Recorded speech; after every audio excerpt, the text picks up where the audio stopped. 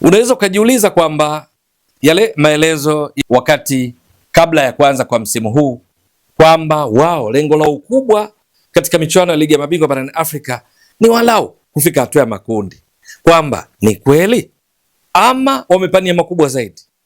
Swali hilo ukijiuliza, ewe mtazamaji wa Mbwaduke Stats Sport Next Level, pengine unaweza ukalipata jibu kulingana na mwenendo wa Yanga katika michuano hiyo ya ligi ya mabingwa barani Afrika, lakini pia jitihada zinazofanywa na Yanga katika kuimarisha kikosi chao.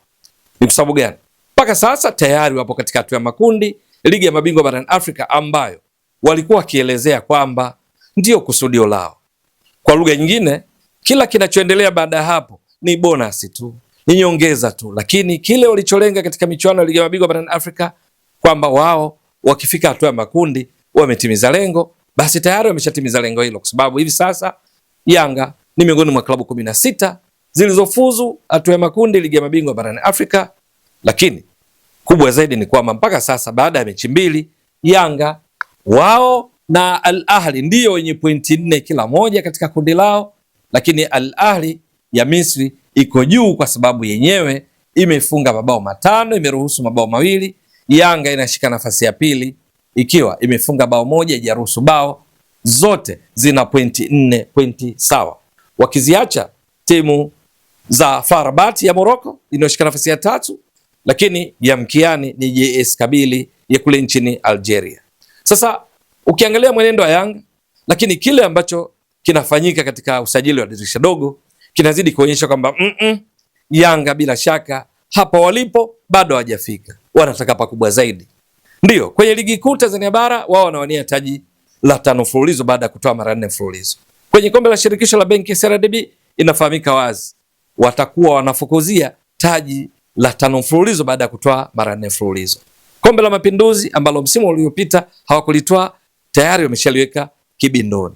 Yanga hii ukiangalia na taarifa zake juu ya usajili na walichofanya mpaka sasa kwenye usajili wa dirisha dogo, inadhihirisha kwamba hii hatua ya makundi ya michuano ya ligi ya mabingwa barani Afrika, hakika Injinia Hersi Said na viongozi wenzake ndani ya Yanga, makamu wa rais Arafat Haji, ni kwamba wamepania makubwa zaidi. Ndiyo, ni kwa sababu gani? Kwanza, kwenye ligi kuu Tanzania bara mwenendo wao ni superb.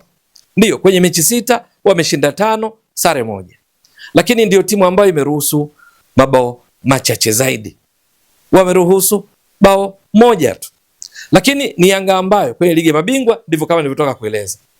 Kwenye usajili mpaka sasa Yanga kwenye eneo la ushambuliaji wameshamleta Depu, mchezaji wa kimataifa kutoka Angola, ambaye wamemtwaa kutoka katika klabu ya Radomiak Radom ya ligi kuu ya Poland. Kutoka barani Ulaya wamemleta nchini mchezaji huyu ambaye ni all time goal scorer, mfungaji bora wa muda wote wa michuano ya Kosafa iliyoanzishwa mwaka 1983. Yeye ana mabao 13 na kuwa ndiye mchezaji aliyefunga mabao mengi zaidi kuliko wachezaji wote tangu mwaka huo katika michuano ya Kosafa ya nchi za kusini mwa Afrika. Lakini Depu huyu ndiye mfungaji bora katika michuano ya Kosafa iliyomalizika hivi karibuni, ambapo Angola timu yake ya taifa ilitoa ubingwa. Mechi 5 alifunga mabao 8. Msimu wa nyuma yake mechi 5 alifunga mabao 5. Yanga wamemtoa, ni miongoni mwa washambuliaji wake. Lakini Yanga wamemsajili top scorer katika ligi kuu ya Uganda msimu uliopita wa 2024-2025. Hapa tunazungumzia Alan Okello.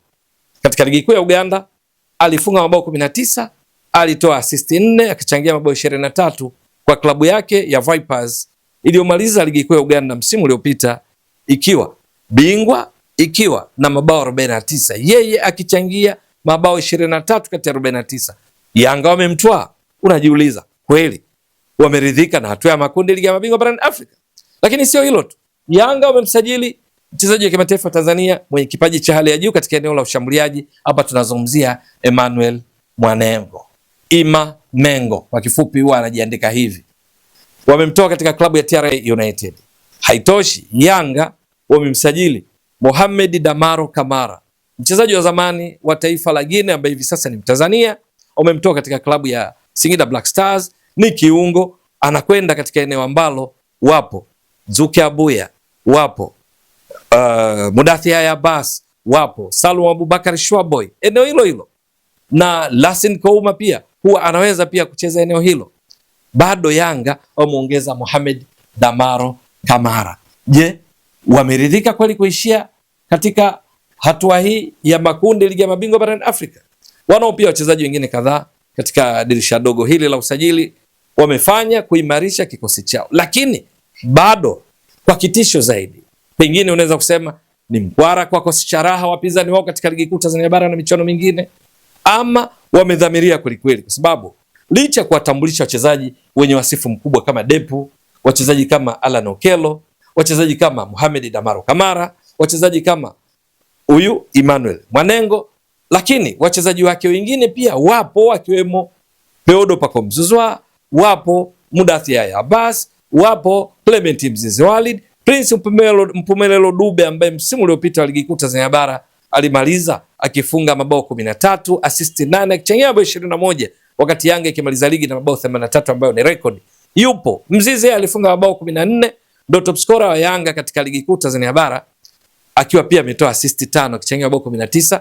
Yupo kwenye ulinzi, wapo walinzi shupavu kama Ibra Baka aliyeng'ara sana katika michuano ya AFCON. Yupo Bakari Nondo Mwamnyeto aliyetoka kung'ara katika michuano ya AFCON. Yupo Dickson Jobu aliyetoka kung'ara kwenye AFCON. Yupo mchezaji wa kimataifa kutoka Ghana Frank Asing katika eneo la walinzi wa kati. Lakini mabeki wa pembeni Shadrack Sakaboka, Mohamed Hussein Shabalala, Kibwana Shomari yupo. Lakini vile vile Yanga wamemrejesha kikosini Kwasi Atula yao alikuwa majeruhi, hivi sasa yuko fit, anajifua na wenzake, yupo kwa ajili ya kuitumikia timu ya golini. Djigui Diarra aliyetoka kufanya vizuri sana katika michuano ya AFCON kama kawaida yupo, lakini wapo kina Abu Talibu Msheri pamoja pia na Khomeini. Katika kila idara kwa ujumla Yanga ukiangalia wachezaji wapo wa kutosha wenye ubora wa hali ya juu, sio mmoja bali zaidi ya mmoja. Lakini bado tazama hilo tangazo lao kwa umma, wanaeleza kwamba bado mmoja, yani bado kuna mmoja wa kumtambulisha. Hawajamtaja ni upi, pengine ni mbinu ya kuatia pressure wapinzani wao, wao ndo wanajua zaidi. Matokeo yake yanazua shaka, hofu, wasiwasi kwa baadhi ya wapinzani wao juu ya wachezaji wao nyota ambao wanahusishwa na huyu mmoja, kwamba ni nani. Lakini Yanga wenyewe walichoweka ni hilo tangazo unaoliona hapo, wakiwaambia mashabiki na wanachama wao kwamba bado mmoja juu ya usajili wa dirisha dogo, bado mmoja, halafu hawamtaji.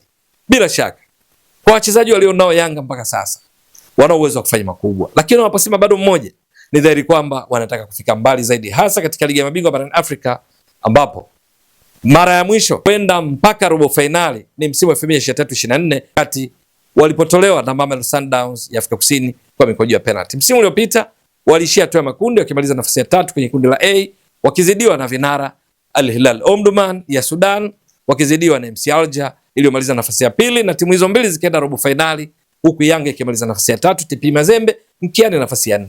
Msimu huu waliosema kwamba wao wakifika makundi ndio lengo, lakini jitihada zinazofanyika, uimarishaji wa kikosi, wakiimarisha zaidi benchi lao la ufundi, wakiwa chini ya kocha Pedro Gonçalves Mreno, huyu ni dhahiri kwamba Yanga wanataka makubwa zaidi. Ni yepi haya? Pengine katika ligi ya mabingwa barani Afrika kwenda mbali zaidi, sio tu robo finali, lakini pia nusu finali, pengine kutoa na ubingwa, hakuna ajuaye.